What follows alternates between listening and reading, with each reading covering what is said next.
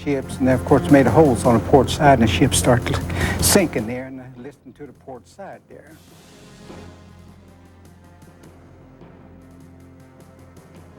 Nearly 67,000 West Virginians responded to the Japanese attack and Germany and Italy's subsequent declaration of war on America. Mountaineers were anxious to bring the war to an end quickly and decisively. Go ahead and finish the war, fight the Japs and get it over with. That's what I want to do. About the same thing I guess everybody else wanted to do, I reckon there. There wasn't any doubt about who the bad guys were, and the country just rose as one. And West Virginia was no different. West Virginians rallied to the call.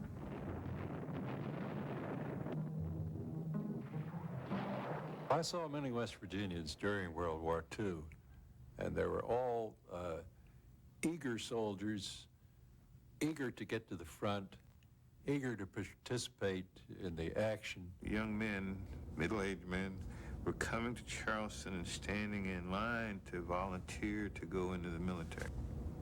West Virginia State College contributed 600 of the 11,000 black mountaineers joining the armed forces. Charles E. Lowell, president of West Virginia University, watched as hundreds of his students marched off to war.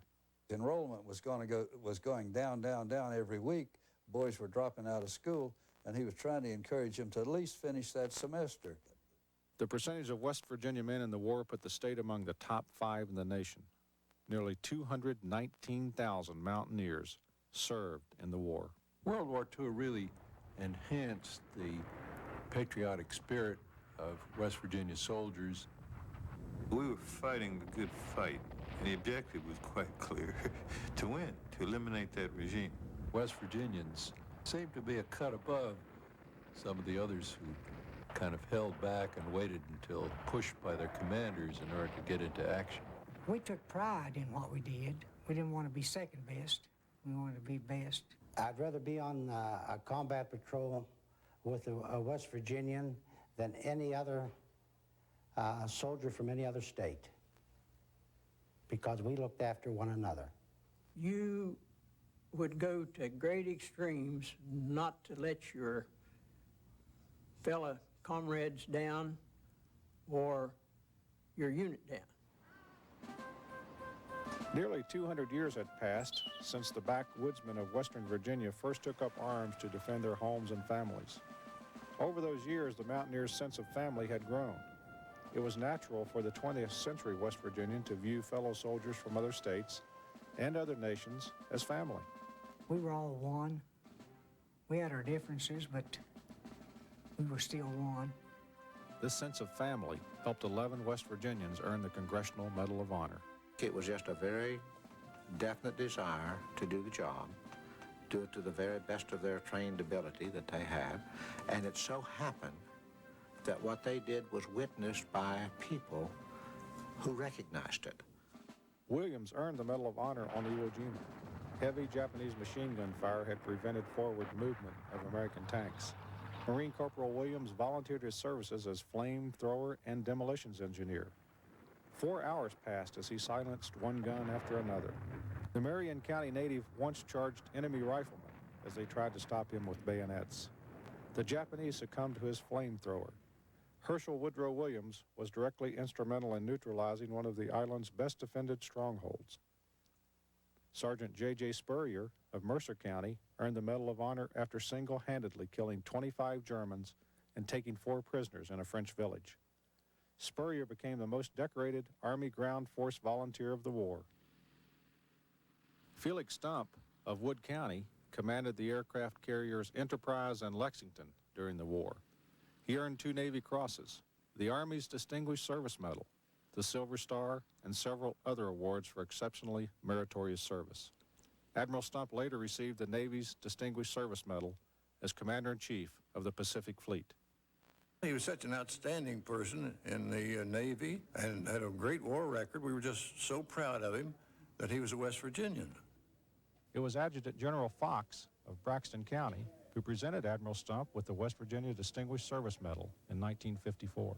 On behalf of all the nations at war with Japan. Lieutenant General Richard Sutherland of Randolph County served as General Douglas MacArthur's Chief of Staff in the Pacific Theater. Sutherland was present for the Japanese surrender in 1945. Major George Spanky Roberts, a graduate of West Virginia State College's civilian pilot program, became the first black cadet in the Army Air Corps. The Marion County native became the first African-American to command the Negro pilots of the 99th and 332nd Pursuit Squadrons. Charles E. Chuck Yeager of Lincoln County is best known for his daring flight of the Bell X-1, breaking the sound barrier in 1947. But he earned his shot at the stars as an ace Air Corps pilot in the Second World War. Chuck Yeager is kind of the typical patriotic American, very soft-spoken, very low-key about it. But in just talking to him, you know that any threat against the United States is a personal threat against him. It just so happened that I was at the right place at the right time, and World War II obviously was the most memorable days of my life because it involved an awful lot of combat. Of all the fighter pilots involved in combat, 11% of them shot down 90% of the airplanes that were destroyed in World War II. And so when you look at the commonality of this 11%, it's amusing. Without exception, every one of them was raised as a rural kid. And obviously, that fit me perfect. And while in the European Theater of Operations, why, he flew 13 combat missions, on one of which he shot down 5 German planes. And on his 8th combat mission, he was shot down over German-occupied France. The way I laughingly put it, there's not a German alive that can catch a West Virginian in the woods. You can travel at night, sleep in haystacks in the daytime, and steal chickens or turnips to live. With the aid of the French underground, Yeager eventually returned to action. Because the reason really anybody serves in the military is to fight. Yeager went on to fly 127 combat missions during the Vietnam War. I never saw a coward from West Virginia, but everybody was scared now. It's terrible to go through some of the things that we went through. It's indignities you wouldn't believe. Mountaineers, in several instances, were captured and forced to endure death marches, intense labor, and mental anguish as prisoners of war. For example, Lawrence Raines of Kanawha County spent 3.5 years as a prisoner of the Japanese at Bataan in the Philippine Islands. People tried to get out of the camp and was recaptured. And they brought them in, beheaded them, and then put their heads on a pole and carried them around through the camps. The time that I spent in the prison camp was the worst in my life. But I was raised up very poor, and that's what made me strong enough to survive in the Army like I did.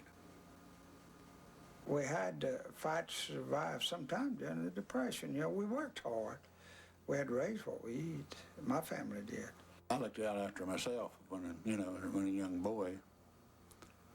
And most of these boys today can't even fix their own breakfast. Most of us was rural people, and we didn't have a car to go everywhere in. It was nothing to us to learn to walk 6 miles out and back, and in the Army you had to learn to walk, and a lot of us raised in the cities didn't. Rural boys was pretty well adapted and ready for it. More than 5,800 West Virginians were killed in the war. Both men and women of the Mountain State devoted themselves to gallant military service. Jack Feller of Wyoming County especially remembers a student at West Virginia University. The two had met as freshmen in 1941. And she came back again to enroll as a junior in college. And I said, well, what have you been doing the last 4 years? She said, do you think I'm going to stay here in college where you boys are in service? I joined the service too. Appalachian writer Mary Lee Settle of Kanawha County served in the Women's Auxiliary Air Force and at the Office of War Information in London. She endured German bombings alongside the many people of Britain. There's some everyday bravery in this place that makes me proud to be here. What we see over here isn't very pretty sometimes. It's hard and dirty and unromantic war for these people. During World War II, we had over 2,000 women serving as aircraft mechanics, Army personnel, nurses. And the head of our nurse corps was Colonel Blanchfield, born And I wanted to go to take care of somebody else's brothers, like they would take care of mine if they needed them. West Virginia men and women, meanwhile, gave it their all on the home front. This is war, and as the nation mobilizes its might, it turns to West Virginia, where so much of its strength is concentrated. West Virginia resources now are called upon to keep 'em marching, keep 'em flying, and keep 'em shooting. There's no such thing as a good war for the people that are involved. But the cause was just. The people in West Virginia and elsewhere recognized it early on. There was sort of a determination and a stoicism on the part of the people. They were a very, very patriotic group, and the people that were left behind, the mothers and fathers and so forth, they got right into the act to work in defense plants. The people on the home front in World War II were willing to sacrifice and did sacrifice, and they needed to sacrifice. Mountaineers purchased more war bonds than expected, and as in World War I, they grew their own food. West Virginians, once again, accepted the conditions of war.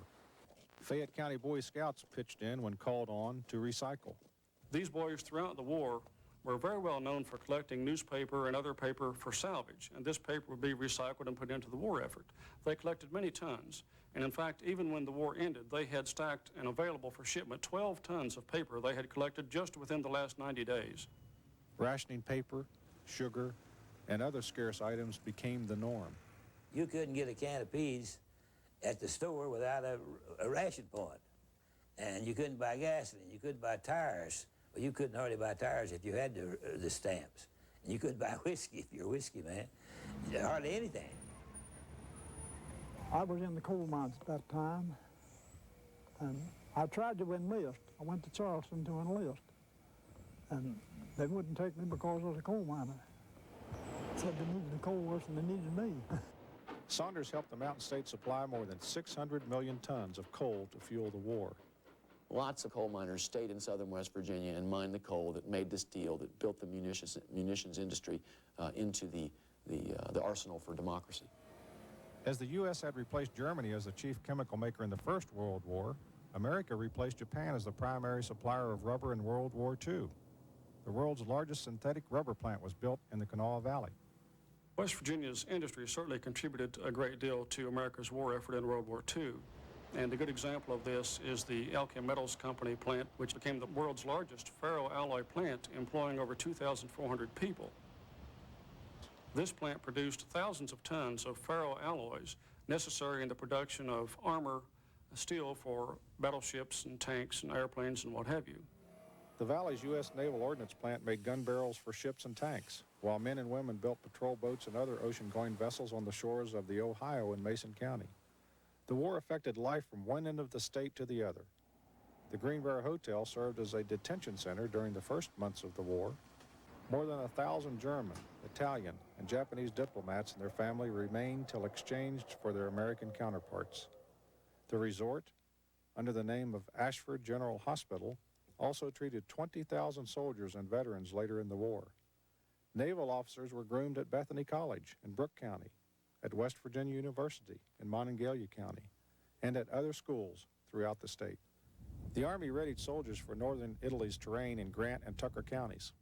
West Virginia State College's pilot training program prepared men and women to serve in combat and on the home front. And people were involved in the Civilian Defense Corps, so many things that affected them on the home front, even though they were not fighting the battle. Everyone who remained on the home front became active in the war in some way.